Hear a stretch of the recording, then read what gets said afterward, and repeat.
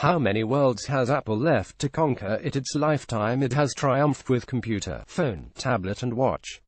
So, in 2017, does the world need an Apple computer inside an Apple Watch? With an Apple phone attached, it's got it with the Apple Watch Series 3. The Apple Watch is the newest pillar of Apple's product line, joining the Mac, iPhone and iPad in the company's ecosystem. If you use all four, it'd say you find the first two indispensable, and the second two nice to have.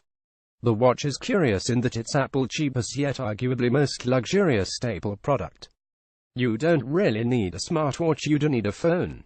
The Series 2 Apple Watch was a great refinement of the first generation, fixing performance and software issues into a smartwatch that cost £350, about same price as the cheapest iPhone. The Series 3 is available without 4G LTE, but Apple is pushing the fact a version now has an eSIM for cellular connectivity without your phone. Making calls and sending texts out and about sans iPhone is all very Star Trek, but it is what a smartwatch is for, and people need it. And besides this, does it actually work? Price and availability. The Apple Watch Series 3 begins in the UK at £329 for the 38mm non-cellular model, going up to £399 for the 38mm cellular model. 42mm models are available for £30 more at each tier. There are other models, but many more are cellular only, with prices from £399 for aluminium case watches, and from £599 for the heavier, shinier stainless steel models. My review unit was the £649 cellular 42mm space black stainless steel with black sports band version, but you'll get the same experience on any cellular model.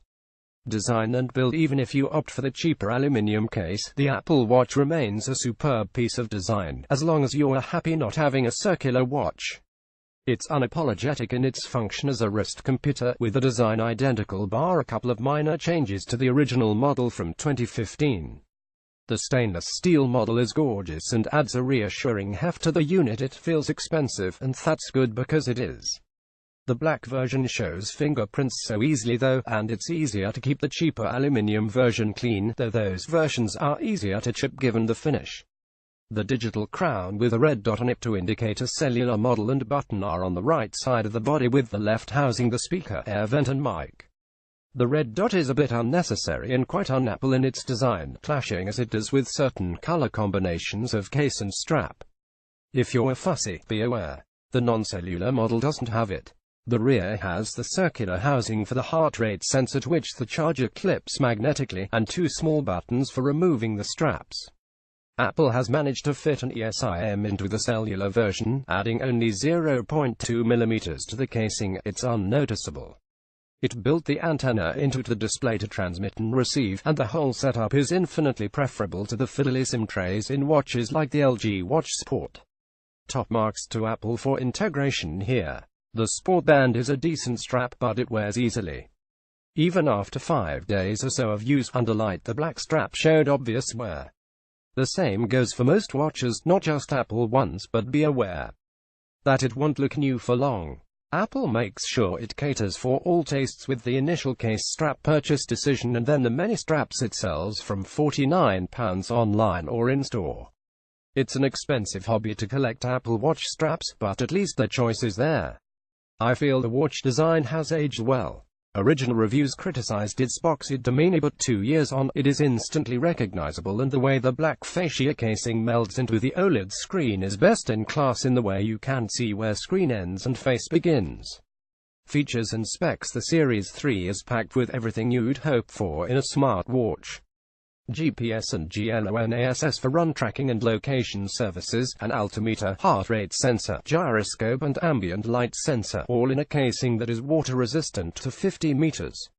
The 38mm casing without strap measures 38.6 by 33.3 by 10.5mm, while the 42mm measures 42 by 35.9 by 10.5mm. I prefer the 42mm by a long shot, as those extra millimeters really help the display, but if you have smaller wrists, then it may be best to try one out in store before buying, as it's all subjective. The only other difference is the LTE version has a ceramic back, unlike the composite back of the regular model. Using cellular, the real changes are under the hood, much like with the iPhone 8 compared to the iPhone 7. The Series 2 is no longer on sale and the Series 3 gains the Apple S3, an updated dual-core processor alongside a W2 wireless chip. Apple claims they are 70% and 85% faster than the last generation. If not that improved, they certainly are very good. I was personally coming from a first-gen Apple Watch and numerous clunky Android Wear devices which might well be the same for those upgrading.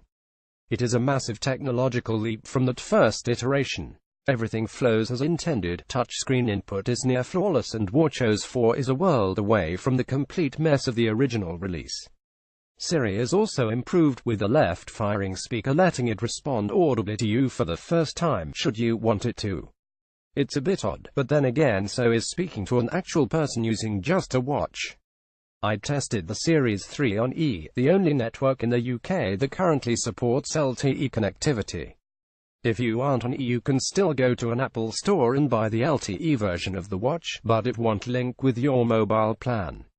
Set up via the app if you have an eSIM in your phone is simple, but you do have to agree to a separately billed contract of £5 per month to use data. The amount is small because other than calls, texts and push notifications, your watch won't be using much. It can't and you shouldn't ever want to on a watch stream Netflix. But you may not want yet another bill in your life, particularly if the one for your iPhone is high. I found myself using the watch to make calls more enjoyable than I first thought, and I can see myself getting used to it. With the added convenience of AirPods, the watch can be used as a fully fledged telephone, though relying on it all day is impossible for most people who need an actual smartphone, confined as you are to calls and texts. Yet is this really what we need in a smartwatch? I'm inclined to say the non-cellular version of the Series 3 is the one to get. It's cheaper, it doesn't have an odd red dot, and you won't be forced to consider switching to E.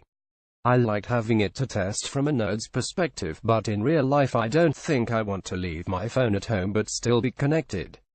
Depending on your use cases though, it's great for runners to still get calls and texts, for emergency situations or if your phone dies. The watch intelligently switches to the most power-efficient connection available, so your iPhone if it's near, then to a recognized Wi-Fi network if in range, then to LTE as a last resort. The latter does run down the battery very quickly, but that is to be expected in a device as small. Also, be aware that if your phone is often not connected to LTE, even if it's miles away, then the watch can only receive cellular calls, iMessages and Apple's first-party notifications. It will not receive SMS, third-party app notifications, and won't load some apps. Most users won't find this a problem, as being out without your phone probably still means it's not far away with a charge and a connection, but it's worth noting. Storage, music and more. The cellular model has 16 GB storage instead of the 8 GB in the non-cellular, and you can use the music and watch apps on your iPhone together to upload music wirelessly slowly to the watch. Pairing with AirPods or any Bluetooth headphones means you can go out and listen to music or take calls without bending your head over the small speaker on the unit. Apple says streaming is coming soon via Apple Music, so I wasn't able to test this. Local music quality over Bluetooth is excellent though, and as ever Apple makes it pretty easy to get it on the device. You can also use the watch as a remote for whatever is playing on your phone, and the option to have it as the first screen when you raise your wrist is welcome rather than having to go into the Now Playing app. It worked well for me with Spotify. As with the Series 2, the Series 3 is waterproof to 50 meters and even ejects water from the air vent after pressing a button in the control center. I find it odd that the design exists so it needs to do this, but the little siren sound and action itself is quite funny, and it works so it doesn't matter. Contactless payments are also a simplistic joy on the watch, just double tap the side button to use it. It worked flawlessly and is the main feature I enjoyed using without my phone. The haptics are still industry best, much like the iPhone's superiority to most Android handsets in this respect. Vibrations are silent thrums on your wrist and pulse differently depending on the type of notification or alert. It makes the Series 3 feel premium. Battery life, Apple quotes 18 hours of usage on a single charge, but thankfully I made it last longer than this on several occasions. Battery life rapidly depletes when using cellular, but without it the Series 3 is a solid toward-day smartwatch between charges. With light use you could even stretch into a third day, which is so much better than the original one from just 2 years ago that could barely make it through one. Most users won't be using it without a phone the whole time, and the intelligent network switching ensures you're always on. The most power-efficient setting. But if you do go for a half day out with a dog, or on a run with GPS for a couple of hours, then the battery will drain far quicker than you might expect. The Series 3 Sans LTE will surely last longer, but you lose the freedom of leaving your phone at home. The Series 2 also still lasts longer in all conditions. Software: the upgrade to WatchOS 4 is excellent, with little tweaks like the list view of apps being available instead of the tricky, unintuitive honeycomb just a force press away on the menu screen. Notifications are dismissed with a swipe for one, a force press for all just like before, while the control center gains a mobile data toggle and renames theater mode to cinema mode. The addition of the Toy Story watch faces is pretty fun. Rex Hammond: the Siri watch face is handy if you customize it to have the cards you want, though it all is a little Google now. Apple: the workout app remains good, with a plethora of options that accurately track workouts on track, in the water and at the gym. In my testing they worked pretty well, but the killer feature here for fitness buffs is the GPS in conjunction with LTE. Once Apple Music is supported, going for a run with just AirPods and the watch is going to feel very freeing, even though you're still connected. I suppose this is the problem for me. The watch is a good companion to the iPhone when it nudges you to move, to act on an email, to take a call. But now Apple also wants you to get out there and use your watch without your phone at all, and for some this will be attractive, but I still see it as an expensive fix for a problem that doesn't exist. From my privileged position as a reviewer, it was great having the watch with LTE and no phone, and to admire the technical prowess on show.